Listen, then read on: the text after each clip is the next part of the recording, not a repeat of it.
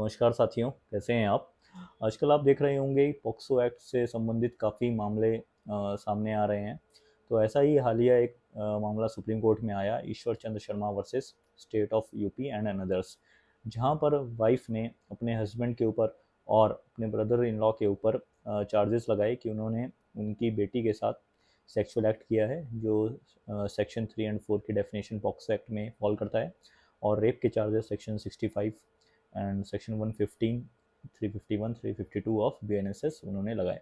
तो कोर्ट ने कहा कि पॉक्सो एक्ट में अगर किसी भी पर्सन को आप मानते हैं कि इन्होंने अपराध किया है, तो हमें देखना ज़रूरी होता है कि बॉडी के कहाँ पर इंजरी मार्क हैं, किन सिचुएशंस में, किन कंडीशंस में कैसे ये ऑफेंस कॉज हुआ। और ये देखना भी ज़रूरी होता है कि जो मेडिकल एग्जामिनेशन है वो हुआ है अथवा नहीं। क्योंकि इस केस में मेडिकल एग्जामिनेशन भी नहीं हुआ था, तो कोर्ट ने ऑब्जेक्शन रेज किया कि ऐसा कैसे हो सकता है कि अगर आप किसी पर्सन के अगेंस्ट में ऐसे चार्ज लगा रहे हैं और विक्टिम का मेडिकल एग्जामिनेशन ही ना हुआ हो।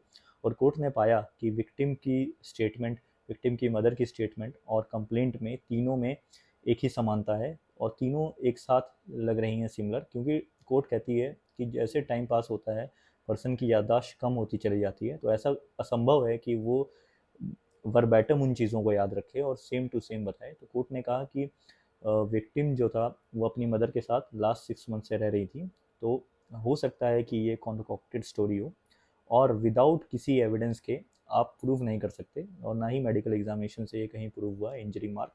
और जो कंप्लेनेंट थी उन्होंने अपनी सास के ऊपर और अपनी ननद के ऊपर भी ये आरोप लगाए थे कि उन्होंने मारपीट की है।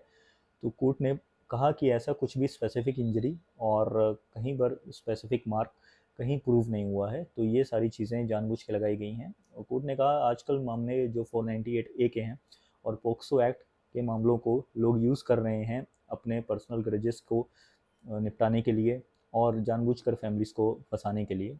कोर्ट ने कहा कि इस कारण जो महत्वपूर्ण और इम्पॉर्टेंट इश्यूज़ हैं वो दरकिनार हो जाते हैं और जो विक्टिम हैं उनको सही में न्याय नहीं मिल पाता है। तो इस प्रकार की चीज़ों से बचना चाहिए और मैरिज एक इंस्टीट्यूशन है, उसका पालन करना चाहिए और हस्बैंड और वाइफ को, बच्चों को इसमें इन्वॉल्व नहीं करना चाहिए।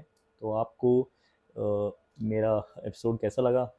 मेरी लीगल जो एडवाइस आपको नॉलेज मैंने शेयर की है उसको अपने दोस्तों के साथ शेयर करें और मेरे चैनल को लाइक करें, सब्सक्राइब करें और मुझे फॉलो करें ऐसी ही लीगल अपडेट्स के लिए।